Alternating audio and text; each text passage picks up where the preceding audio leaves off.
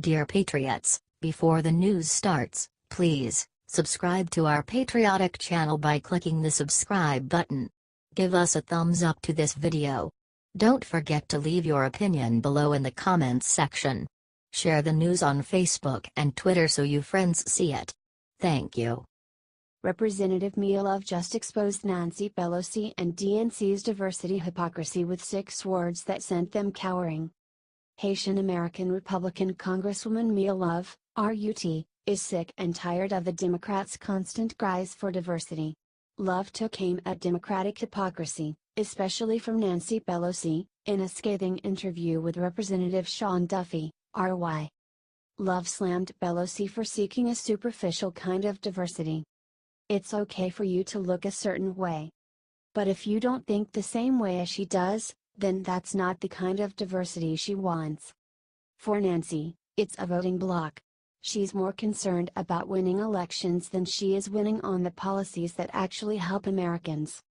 Love then went on to describe how the DNC, which always claims that minorities and women are underrepresented in Congress, tried to keep her, a black woman, out of office during her 2014 race. They went and recruited a white, male Democrat outside of the district to take me out. Then she joked. That'll help with the diversity issue. Those are the 6 words the DNC fears most. They are finally being called out for the hypocrites they are. Republicans value ideas and values regardless of race or ethnicity. When the Democrats rail on diversity at all costs, they end up looking like fools when people of color turn against them. When Duffy suggested her background would make the DNC more supportive of her, she brought the hammer down. Well, certainly not the Democratic Congressional Campaign Committee, because I think that it's a narrative that they don't like. You know, I've realized that it's something that they'll do everything they can to fight against, and I think it's because it scares them. A black woman Republican politician certainly would scare the DNC, considering race baiting and identity politics are some of their favorite vote-winning tactics. It's so great to see conservative congressmen and women of color speaking out against Nancy Pelosi's hypocrisy and showing the DNC's true colors. H.T. Washington Examiner.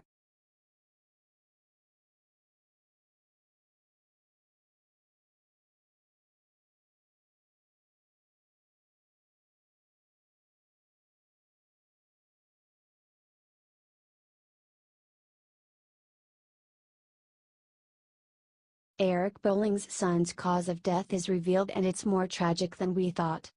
When Eric Bollings' son, Chase Bolling, was found dead right after his father was fired from Fox News, most people suspected suicide.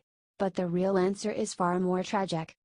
According to a post on Eric Bollings' Facebook page, his son died of an accidental opioid overdose. The news comes directly from Eric Bollings' Facebook page. Just received some tragic news from the coroner in Colorado. Eric Chase's passing has been ruled an accidental overdose that included opioids. Adrian and I thank you for your continued prayers and support.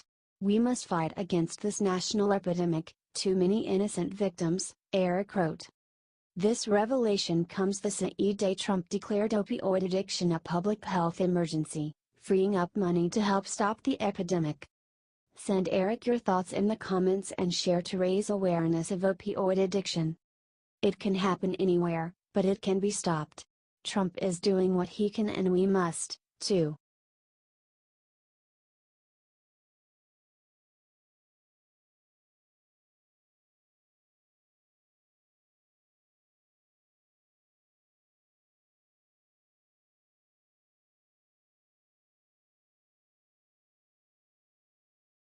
Obama's CIA director just risked everything to leak the one secret that'll drain the swamp. It's a scandal when the media can't cover it up. It's an even bigger scandal when Obama's CIA director says that the Intel Committee needs to look into the Clinton dossier payments. Below is Leon Panetta being interviewed by Wolf Blitzer. Watch the amazing thing he says. This is the string that is going to pull at the sweater of lies that Hillary has built around Washington. It is becoming increasingly apparent that Hillary paid for Russian intel on Donald Trump. This needs to get out ASAP. This is a huge scandal. The Democrats are dumping Hillary. Share this to help bring down Hillary Clinton. God bless the USA. Phew. Can I get an amen in the comments?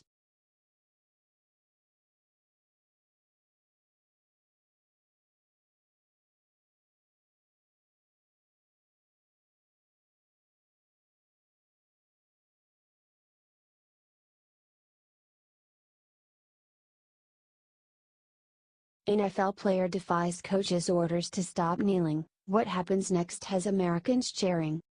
A Cowboys player who defied team owner Jerry Jones's orders to respect the national anthem has been fired from his job, according to BizPac Review. DeMontre Moore raised his fist during the anthem in protest, which was very severely discouraged by Jones earlier this month. The Cowboys are claiming that the cut was a roster move lol, and that it was the best decision of our team. Right. What will be truly telling is what the team ultimately does about David Irving, who was already in hot water for failing a drug test earlier this year. Irving sat out 4 games at the start of the season, then returned to the team to protest the anthem. Really, guy? Honestly, do these players not want to be making millions a year playing football? Is it really that important to defy Trump and their team owners, at the risk of their careers? Moore has said that he doesn't consider raising his fist to be disrespectful of the anthem. I've got a lot of family members that are in the military, he said. My brother just got done serving a tour. He was over there, stationed in Germany. Both my granddads, my granddad and my stepdad, was heavily involved in the military. I've got other family members who are.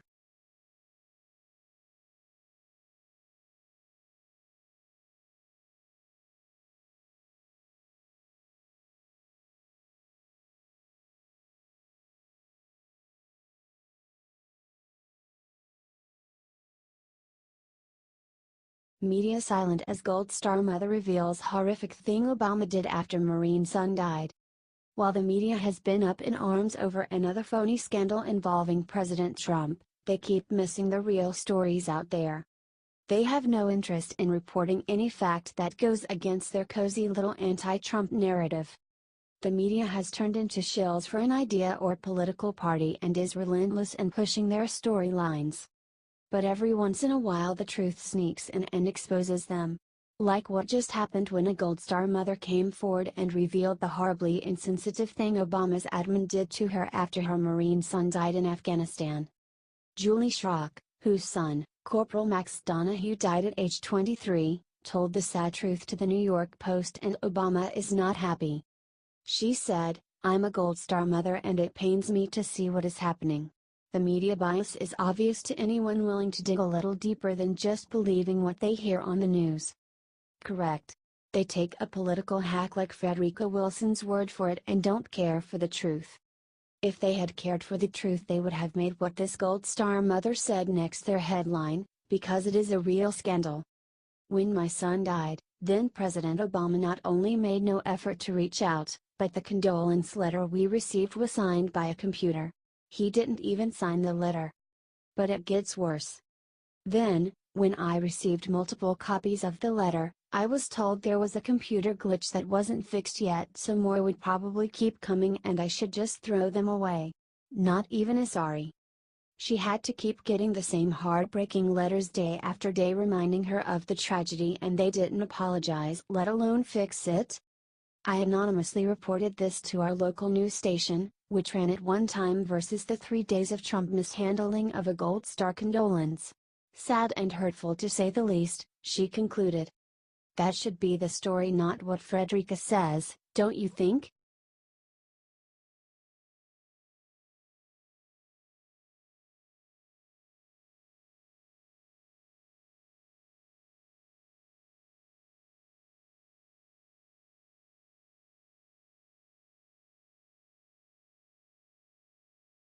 Oh my God.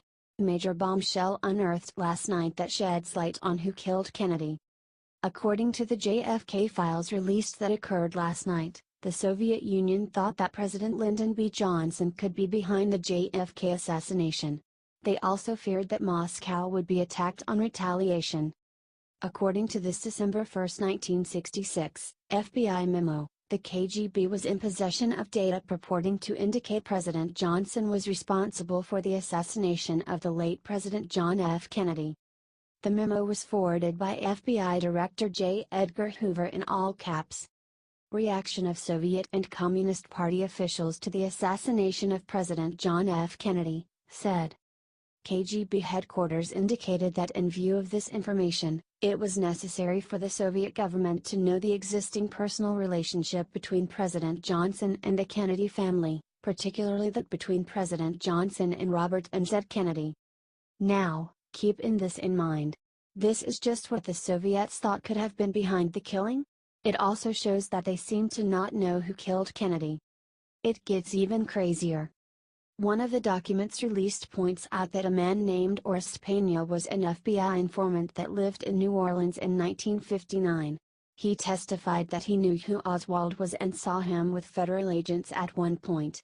The Warren Commission's report is very different.